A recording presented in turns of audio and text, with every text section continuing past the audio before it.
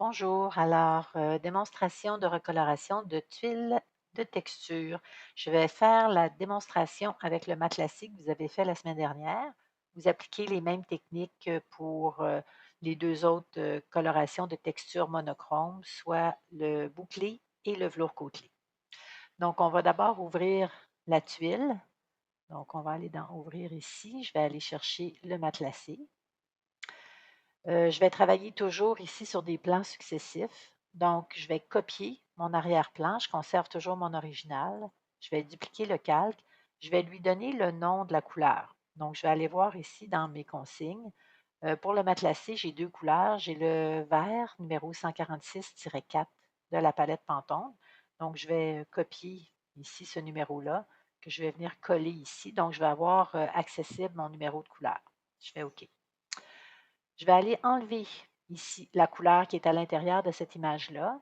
Donc, je vais faire Image, Réglage, Désaturation. Donc, maintenant, j'ai une tuile qui est juste en noir et blanc. Je vais dupliquer encore une fois ce calque-là. Maintenant que c'est désaturé, je n'aurai pas besoin de le faire deux fois. Je vais aller chercher mon deuxième numéro de couleur, donc le 102-16, CTRL-C, CTRL-V. OK. Maintenant, ce que je veux, c'est aller chercher, je vais rendre celui-là non visible. Là, je vais travailler sur le calque qui est ici. Donc, le premier calque, qui est ma couleur verte. Je vais aller chercher le numéro ici de cette couleur-là. Donc, je clique ici sur la couleur de dessus. Je m'assure que je suis dans le bon nuancier. Donc, c'est MJN ou CMYK en anglais. Si vous cliquez ici, vous pouvez voir là, les autres bibliothèques qui sont disponibles. Donc, nous, on veut travailler avec celle-là.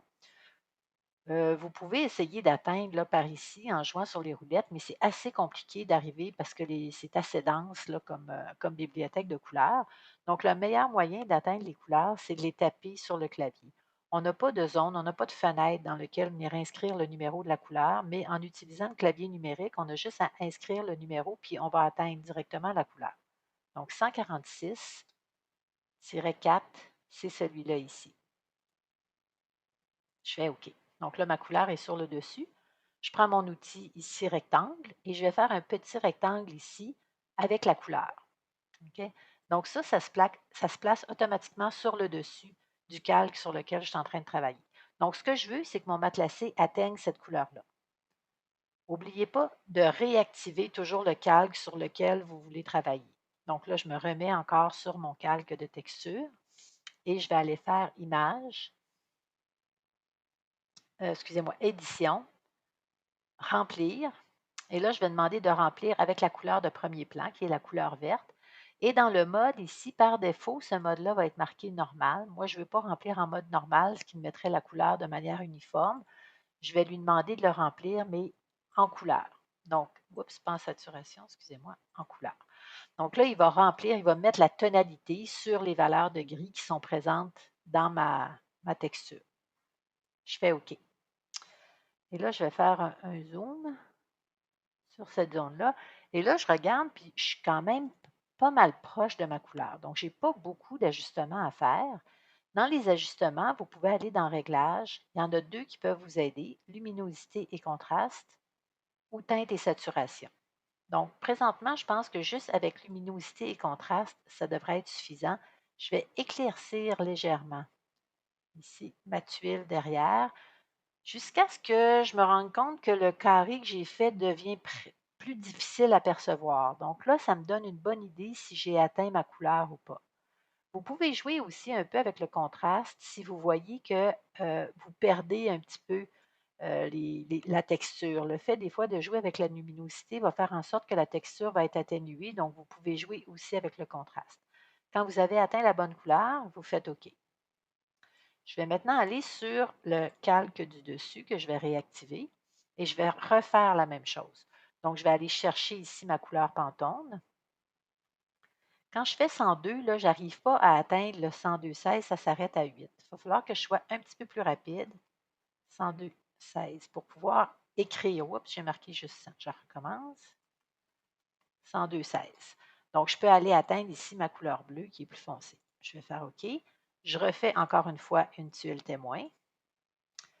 Je reviens dans mes calques, je réactive ici mon calque pour pouvoir venir remplir avec la couleur de dessus.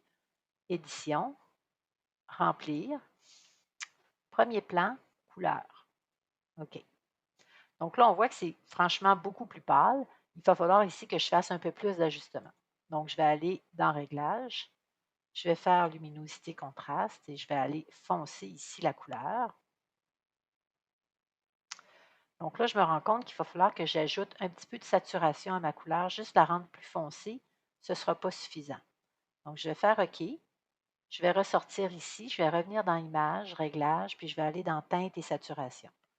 Teinte, j'essaie de ne pas y toucher parce que ça change la couleur. Ce que je veux, c'est juste rendre ma couleur plus saturée ou plus foncée, plus pâle. Donc, quand je vois que ma tuile devient un peu moins perceptible, ça veut dire que j'ai atteint pas mal la bonne couleur. Je vais faire OK. Donc, je vais reculer un petit peu mon zoom. Donc là, j'ai mes 3 versions couleurs. Je vais sauvegarder ce fichier-là dans un format PDF parce que je veux conserver ici l'accès à mes 3 calques de couleurs. Les 2 rectangles ici, je pourrais les supprimer.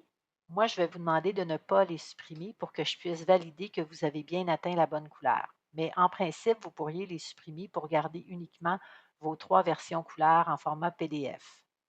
Donc, vous allez dans Fichier, Enregistrer sous. Et là, ce que je vais faire, c'est conserver ici un matelassé. Vous pouvez marquer ici Ajouter le mot couleur pour faire la distinction entre la tuile qui est d'une seule couleur et ici les versions couleurs. Et je vais faire Enregistrer.